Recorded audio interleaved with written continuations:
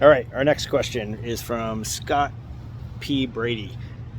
Joe, I notified a tenant of an increase in rent on one of our properties, and he demanded a reason for the increase and said he had a legal right to know. Here's the reason: it's not your property. How would you have handled this? I know you're all business. Um, I don't mean to be taken aback. We are all business, but we're not all business, maybe the way you might think that I am.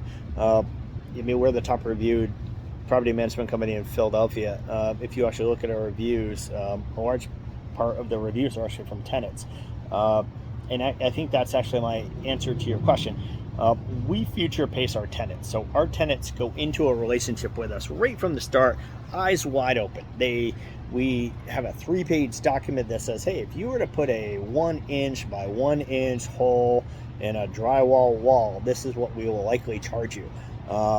There are no surprises. So in fact, when the tenant moves out and they're expecting us to charge them that amount of money for a 1-inch by 1-inch hole in the drywall, and we charge them only a quarter of that because it only cost us a quarter of it to write the property, they're pleasantly surprised.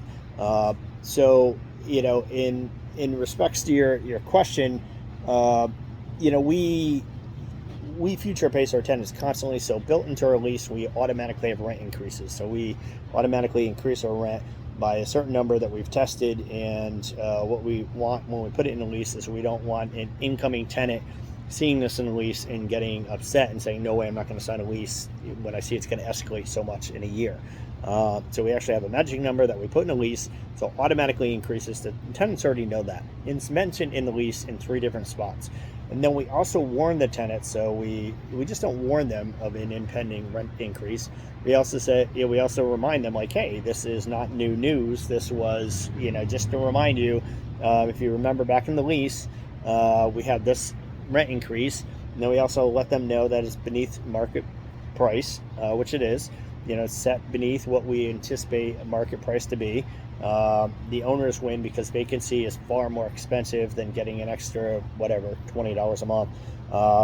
Not to minimize an extra $20 a month, but vacancy kills. So we warn the tenants long in advance, and so we don't actually typically have these tenant conflicts. Not saying that you're having tenant conflict, but I personally would have gone, and our tenants would have known this out of the gate. And we do have strategic reminders to make sure they know that this is coming. And then we have a rent increase letter that goes out, and again, it references like, hey, as you might remember, this has been a known fact all along.